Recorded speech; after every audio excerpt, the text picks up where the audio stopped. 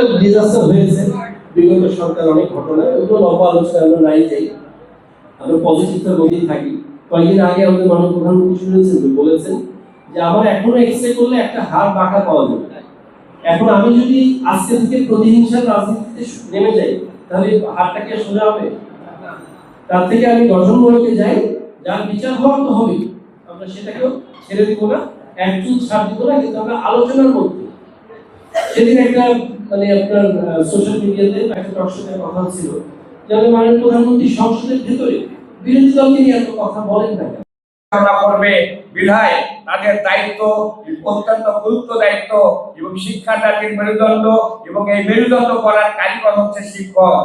বিধায় আপনারা দয়া করে আপনাদের স্ব জায়গা থেকে আপনাদের প্রতিষ্ঠানগুলোকে ভালো রাখবেন।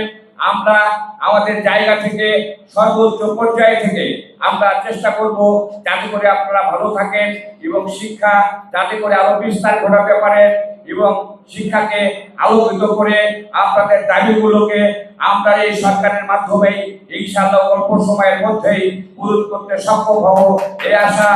বেসরকারি শিক্ষকদেরকে জাতীয় পে স্কেলের অন্তর্ভুক্ত করেন। দেশনেত্রী বেগম খালেদা জিয়া 91 সালে কল্যাণ বোর্ড গঠনের মাধ্যমে 2002 সালে অবসর বোর্ড গঠনের মাধ্যমে বেসরকারি শিক্ষকদের জন্য যুগান্তকারী সব পরিকল্পনা গ্রহণ করে।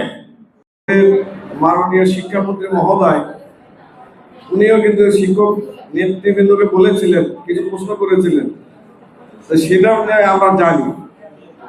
আমি আপনাদের দাবি বাস্তবায়ন হোক এর জন্য গোবিন্দগঞ্জ উপজেলা পৌর বিএনপি এবং গোবিন্দগঞ্জ প্রেস এবং সাংবাদিক মহলের পক্ষ থেকে আমি আপনাদের সাথে একাত্মতা প্রকাশ করছি।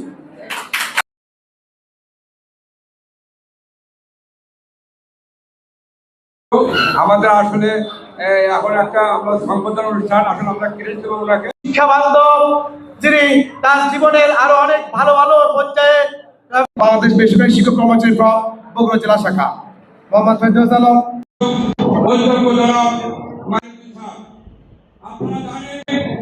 আমাদের একটাই দাবি জাতীয়করণ, যেটা সবাই আমরা বলে আসছি, এইটা যেন আমাদের কেন্দ্রীয় কমিটির অধ্যক্ষ জনাব মঈনুদ্দিন স্যার যে মূল বক্তব্য সেটা উপস্থাপন করেছে যে শিক্ষা জাতির মেরুদণ্ড, এবং এই হাত ধরে বাংলাদেশের এই শিক্ষক কর্মচারী সংগঠনের পক্ষ থেকে কৃতজ্ঞতা জানাচ্ছি যে তারা ঢাকা থেকে, শুধু ঢাকা থেকে আপনারা রাস্তায় কেমন আন্দোলন করবেন?